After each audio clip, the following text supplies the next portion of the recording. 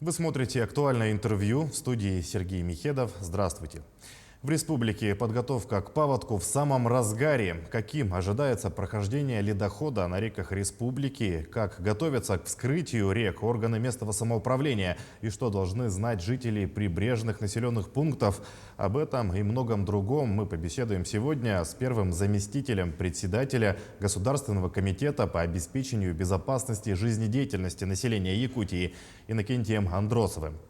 Иннокентий Михайлович, здравствуйте. Добрый день, Сергей. Ну и первый вопрос. Как проходит подготовка к паводку в этом году? Якутия является одним из паводкоопасных регионов Российской Федерации. Поэтому не первый год мы встречаем очень сложный паводок. И с учетом этого правительство Республики Саха-Якутия подготовку к пропуску весеннего половодья он уже начинает готовиться с начала года.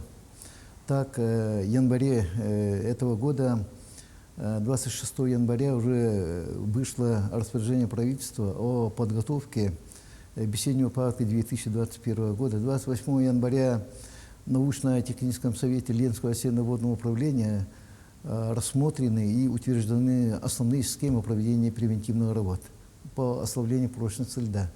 Ну и в марте месяце в этом году впервые 2 раза в начале и в конце марта месяца проведено, в ВКС режиме совещания на уровне председателя правительства Андрея Владимировича Тарасенко.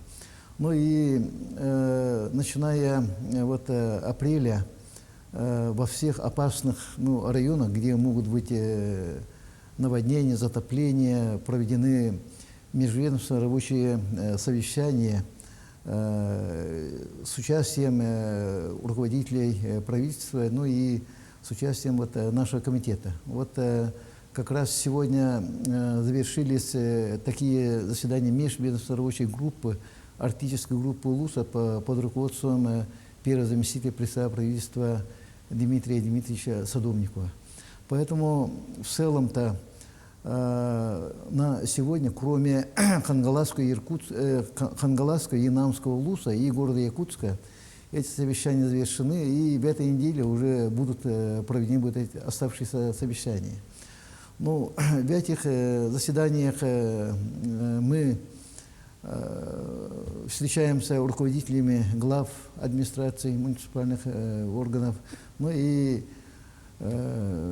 полностью разбираем, какие недостатки, какие плюсы и что у нас в этом году встречает. В целом, руководители всех министерств, госкомитетов, и других предприятий активно участвуют в проведении данных совещаний, где мы разбираем, как я сказал, все моменты участия и пропуска в весеннее половодье. В целом, я думаю, готовность республики встречи паводка 2021 года на высоком уровне.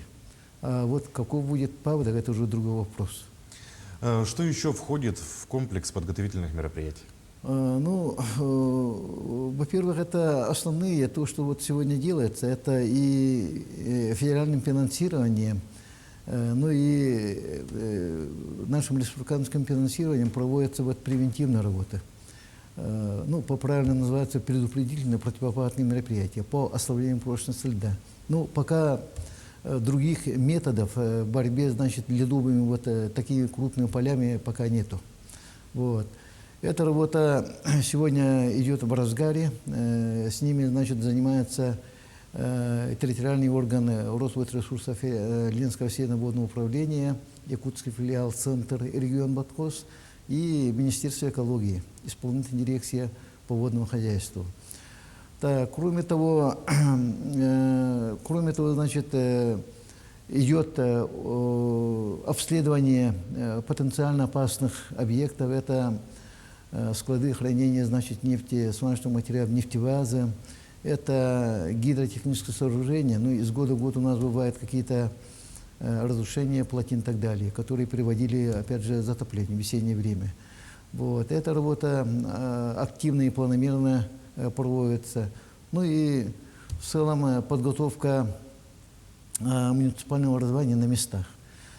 Через контрольно-надзорную деятельность нашего комитета уже тоже планово, оно утверждается, прокуратурой республики, мы проводим надзорные вот, контрольно-надзорные вот мероприятия. Ну, вот, после вот этих всех мероприятий, конечно же, можно увидеть, насколько муниципальные образования готовы встрече и пропуску весеннего полугодия.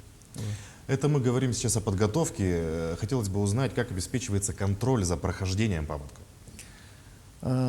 Контроль прохождением паводка, вот смотрите, Якутия, ну, является вот одним из регионов, опять же, Российской Федерации, где паводок он сопровождается почти 1,5 месяца. Это начиная от поселка Витим, заканчивая поселком Чирский. Работает для организованного взаимодействия и пропуска вот, сопровождения ледохода оперативной группы Главного управления МЧС по Республике Саха-Якутия. Во главе, значит, оперативной группы назначаются ответственные работники Главного управления МЧС, ну и от исполнительных органов правительства республики тоже. Это взаимодействие не первый год идет, в целом идет, значит, первое – это разведка прохождения ледохода, какие уровни, где затор и так далее. Ну и, кроме того, активное взаимодействие на местах органов исполнительной власти, муниципальными образованиями. И при значит, работе данной комиссии на местах изучаются, значит, пункты временного размещения в случае наводнения или жителей населенных пунктов. Это проверяется, значит, где сельское хозяйство, места отгона скота, как работают, значит, резервные источники питания, как работает сотовая связь и как работает система оповещения. Ну и потом Главное управление МЧС вот в это время как раз завершает опасных, опять-таки, улусах районах. Они проводили командно-штурмные учения, где, значит, во-первых, рассматривается взаимодействие всех органов власти, ну и насколько это эффективно и слаженно проводится. Поэтому вот 1,5 месяца с начала Битима до там, поселка Чирский работают оперативные группы. Там и входят специалисты по гидрологии, это работники гидрометцентра, это и от министерств бывает, где какие-то объекты техногенные и так далее. Вот, поэтому не первый год, и я думаю, сегодня готовность очень высокая на это. Там же, значит, принимает участие, значит, звено от Хабаровского авиационного центра, вертолет и так далее.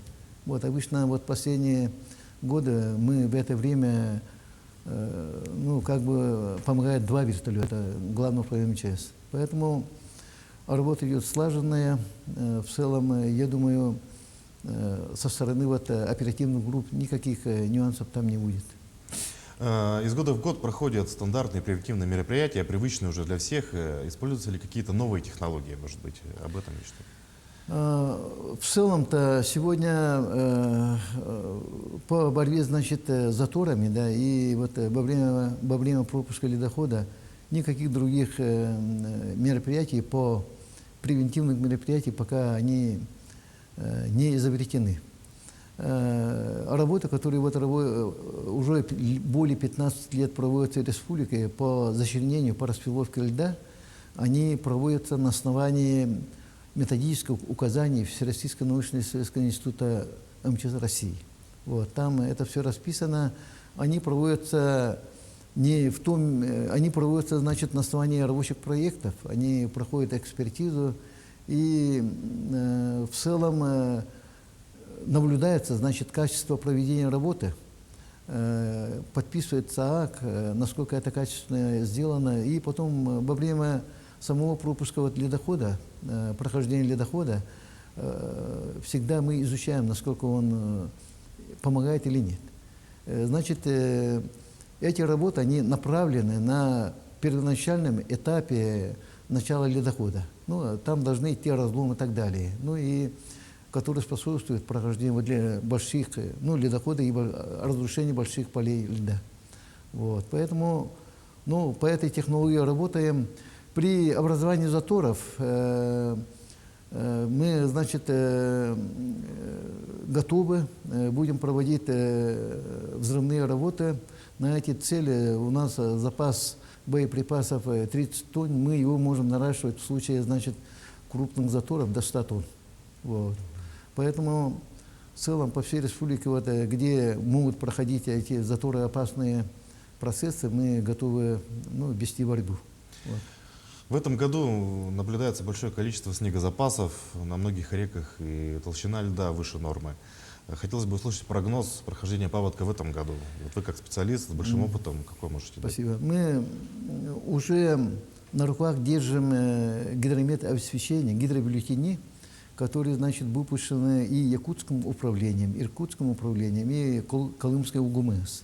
Поэтому, конечно же, мы, как его, значит, взяли вот на днях, его изучаем и анализируем, самое главное, да. Но тут, конечно, можно остановиться некоторых факторов, которые в этом году, видимо, подсказывают, что у нас будет прохождение ледохода, ну, очень такое серьезное, да. Ну, или скажу, в некоторых местах, ну, в таком чрезвычайном режиме. У нас зима была холодная, это мы все почувствовали.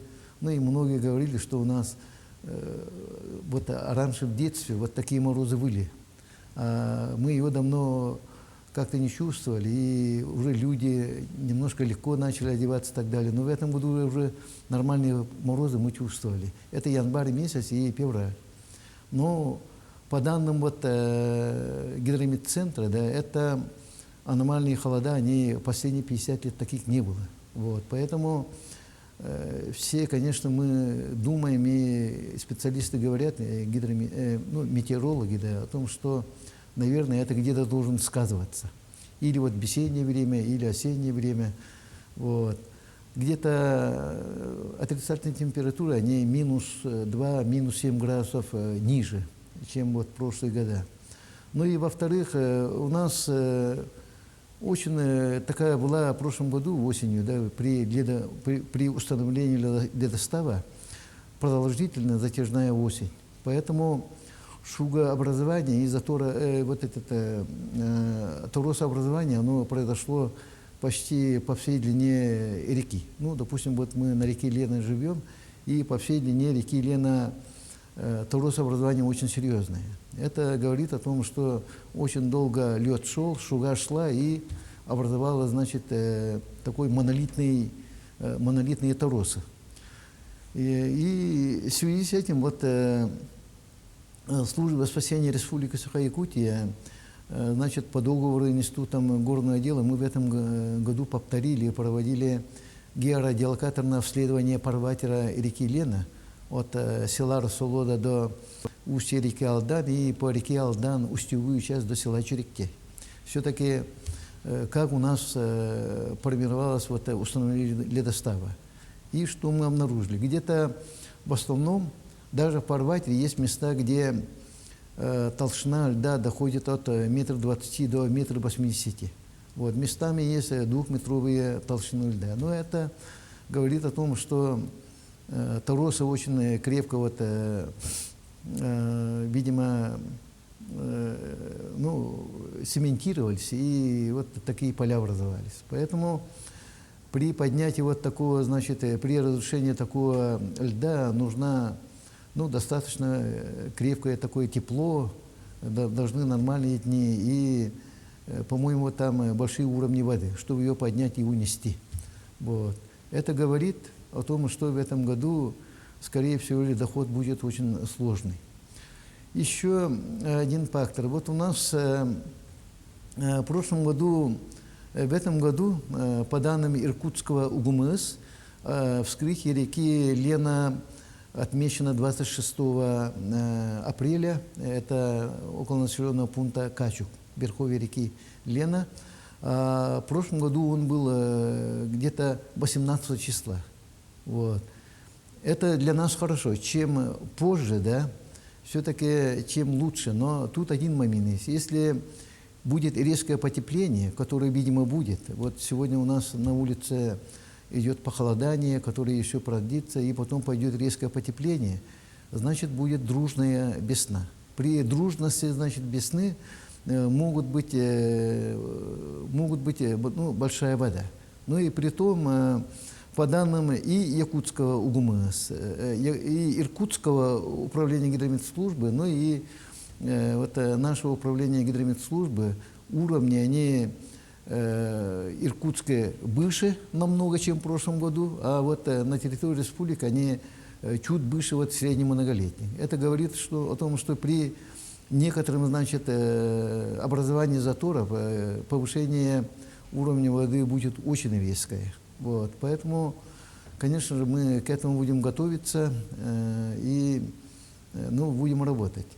На территории республики в этом году ледоход ожидается 5-го, Алекминский 13, а в Якутске 15-16 мая. Вот. Иннокентий Михайлович, коротко, на каких реках, на ваш взгляд, ситуация будет самая сложная? Ну, вот в марте месяце, да, заместитель министра МЧС России Исушенко Антоний Николаевич, ну и по данным Якутского управления гидрометслужбы, очень опасные уровни, они на реке Колыма, у города Среднеколымска, там у них отметка затопления 12 метров, а там стоит 12,50. Поселок Зарянка, опять-таки там высокие уровни показаны. Ну и по всей длине реки Лена до устья реки Алдан при малейшем образовании заторов в любом случае будут высокие уровни. Но мы, по-моему, все года у нас заторы бывали, поэтому мы должны готовиться к серьезному паводку. Иннокентий Михайлович, спасибо, что пришли к нам и ответили на наши вопросы. Желаем вам дальнейшей плодотворной работы. Спасибо. А я напомню о подготовке к безопасному пропуску паводка. В этом году мы говорили с Иннокентием Андросовым, первым заместителем председателя Государственного комитета безопасности жизнедеятельности Якутии. Берегите себя, носите маски, соблюдайте дистанцию в общественных местах и дезинфицируйте руки. Это было актуальное интервью. Оставайтесь с нами.